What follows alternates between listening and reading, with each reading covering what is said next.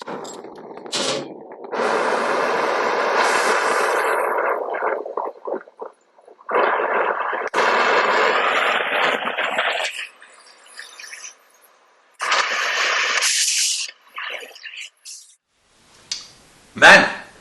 and I use the term ever so loosely.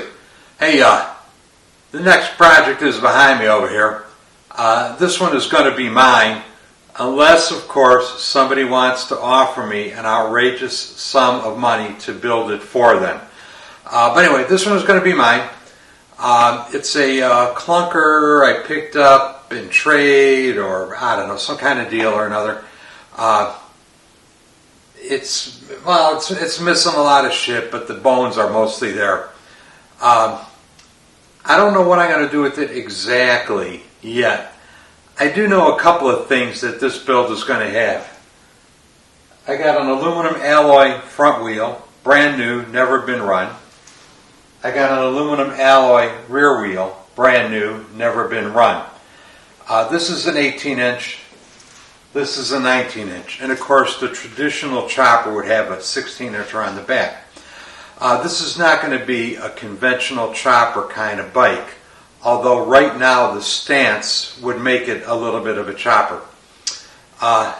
Acront rims, very high quality, stainless steel spokes, aluminum alloy hubs. I don't know where they came from for sure, but aluminum alloy hubs front and back.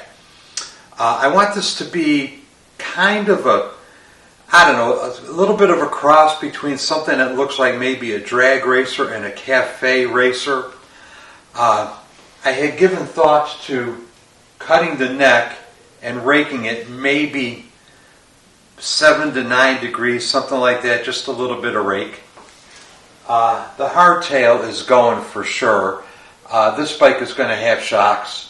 The last chopper I built had a hardtail, so I don't need to build a hardtail. This hardtail, well, in terms of work today, I think about the only thing I'm going to do is take off the hardtail and loosely fit a swing arm to it. Anyway, the hardtail is going. The rear wheel is going. I'm going to give the hardtail away. I'm going to give the wheel away. And that's just the wheel, not the brake, not the disc, not the sprocket, just the wheel. If you want these things, and I'm going to give them away for free. You pay for shipping, but free hardtail, free wheel. The tire's still got titties on it. I don't think the tire's been driven. Of course, it could be old. I don't know how old it is. I mean, I've had this thing for at least 3 or 4 or 5 years. You guys have seen it in the background on some of the videos, I think. But anyway, hardtail going, wheel going, giving them away. Just tell me if you want them. I'm going to, send me an email. Use the contact link down below in the description to send me an email if you want this stuff. I'm going to leave this open for a period of time, a couple of weeks, I don't know. And if I have more than one person interested in it, I will put names in a hat and draw names. The only caveat being is if one of the people who is a Patreon, if a Patreon subscriber wants it, a Patreon subscriber is going to get first choice. So hey, if you want to get it and you want to get it for sure, join Patreon and tell me you want this thing. But anyway, I had given thought to cutting the neck and raking it a few degrees. That'd make it more like a drag racer. That's a lot of work to go through. I'm getting to be an old man, and I am lazy. The other thing I had given half a thought to was this gas tank. I was thinking about cutting the gas tank up, kind of something like this, and making it the tailpiece for a cafe racer kind of bike, and welding this in the front and turning this into an oil tank that's carried above and behind the rear wheel. I was thinking about it. Don't know that I'm going to do it for sure. The other thing I had given thought to was getting maybe this tank, cutting it maybe into a third, slicing a third off of it in this direction, and using that as a gas tank. Haven't decided yet. I'm slipping this video out I don't know, in the next couple of 2 or 3 days. You probably won't see another video about this bike for 2 or 3 weeks. No, probably longer than that. And I've got the whole series on the last build I did is going to be published over the next 13 weeks, I think. But anyway, I want you guys to tell me what you think I should do. Do you really want me to cut the neck and put a 7-degree rake in it? Do you think that this would be a good oil tank with the ass end chopped off and used as like a tailpiece on a cafe racer type bike? Would it be a better deal if the tank was sliced lengthwise and a third of it used for oil maybe?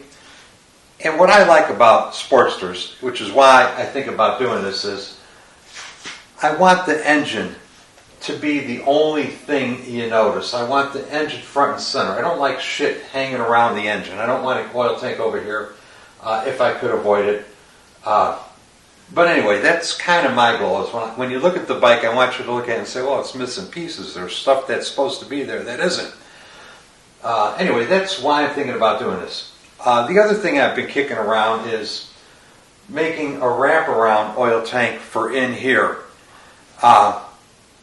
It would be aluminum. I decided I don't like steel oil tanks because steel oil tanks, for one, when you weld them, they get scale on the inside and it's difficult to get that out. And for two, they rust. An aluminum tank stays clean. I have made aluminum tanks before, cylindrical round ones, and they worked out okay, but I want something different this time. But anyway, that's where we're at so far on this bike. I said earlier the bike had a chopper-esque stand to it, and a lot of that is on account of this hardtail. The pivot point for the swing arm is in here, so if it had shocks and a swing arm, the pivot point for the axle, well, the pivot point would be the same, but the axle would be dropped down to here. So of course, as you drop the rear wheel lower, it raises the ass end. In the configuration it's in now, the frame is level with the deck. If I dropped this whole thing onto the deck and took the stand out, the bike would be sitting like this with a very chopper attitude to it. One of the other reasons I think it has a chopper stance to it are the front fork tubes. A little bit out of frame, but anyway, fork tubes up here. I think those are 2-inch over tubes. I don't know for sure, and you really can't tell until you get them out and measure them. But anyway, let's get this hardtail out of here and get a hold of the swing arm I want to put on it, and we'll see what it looks like.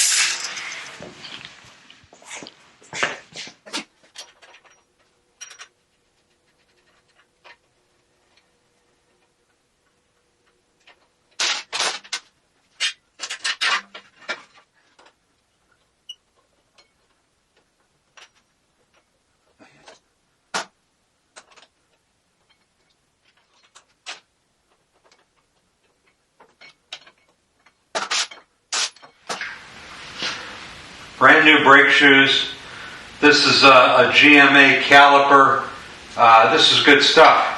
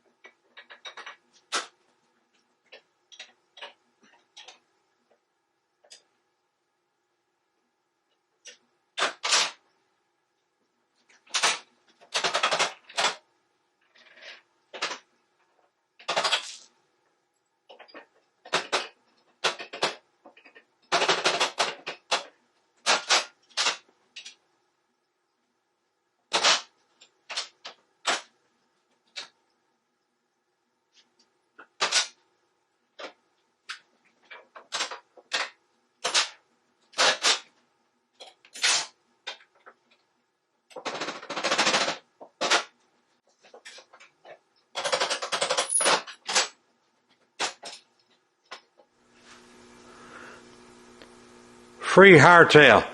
Just send me an email and say you want it. Alright, nasty old hardtail gone. This is the wheel I want to use.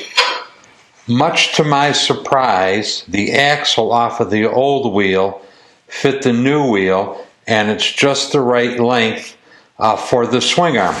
So that's a good thing.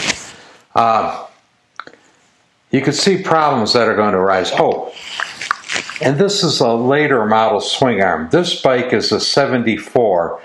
This swing arm, I think, was off of an 89. I bought it a long time ago when I had aspirations of doing this project in the first place because I knew I wanted a square swing arm. But you can see what the problem is going to be. Well, what one of the problems is going to be. This, of course, is the GMA brake that I want to use. Well, the shock absorber would need to be, how long would that need to be? That would need to be a 15.5-inch shock absorber. I think 14.5 is a long shock absorber for a Sportster, so 15.5 is even longer, and the shock absorber would hit the brake. So I've got to move the shock absorber mounting point. I want to end up somewhere around 12 inches, so it's going to have to be back in this area. So I'm going to have to extend this. I'm going to have to put a brace on it, something, in through here.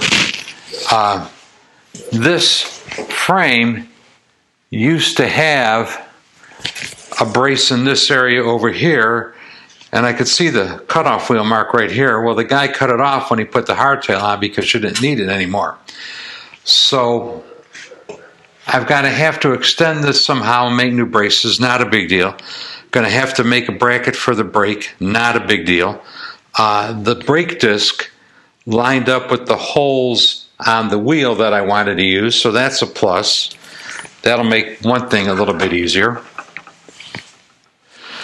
Okay, moving around to the back side, I've got to get the wheel centered on the frame, and one of the ways to do that is to offset the wheel by loosening all the spokes on one side and tightening all the spokes on the other side.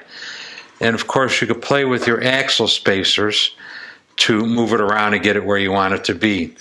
One thing I noticed that will be hard to pick out on the camera is that the sprocket, it's hard to get the sprocket on the wheel to line up with the sprocket on the engine. And of course, you could slide this back and forth. But the long and the short of it is, this is a dished sprocket. I'm going to probably need to get a flat sprocket, and I might have one laying around here. I don't know. I have to look and see. But anyway, dish sprocket's going to have to go, which is the other positive thing. The holes on the wheel hub line up with the holes for the sprocket. So I didn't know this for absolute certain, but apparently that wheel hub is intended to fit a Sportster because a lot of the shit lines up. One of the other things I got to think about is this wheel has been sitting around for a long, long time, and the aluminum has somewhat oxidized, and the aluminum on the rim, the aluminum on the hub. The easiest way to polish that would be to take the wheel all apart so that I could get into the middle of the hub to polish that stuff out. I really don't want to take the wheel all the way apart. Looks like it runs fairly true. Taking them apart is kind of a lot of work, but on the other hand, I could do a better job. One thing I was thinking about is if I take it all the way apart, I could machine off some of the end of this hub to move the sprocket wherever I need it to be. But that'll come later with wheel fitting. In building these bikes, the last thing I think most guys worry about is the wheels. But it's got to be one of the first things I worry about because, of course, the fenders, the brake, anything else, the chains, all that has to line up and be made to fit with the wheel.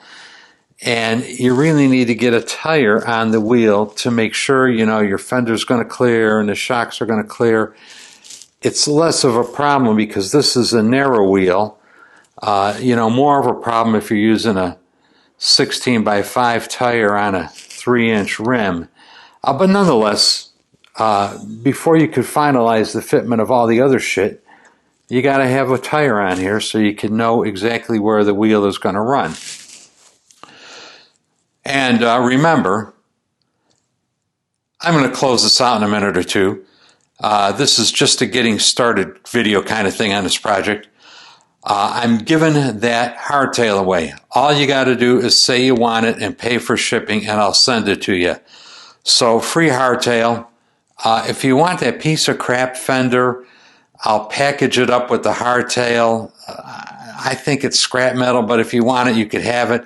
So free hardtail, free fender. All you got to do is say you want it. It goes to Patreon members first, if any Patreon wants it, and then anybody else. So let me know. Number 2, I'm open to suggestions on this bike. I want to hear your thoughts on how I should build this thing and what I should do.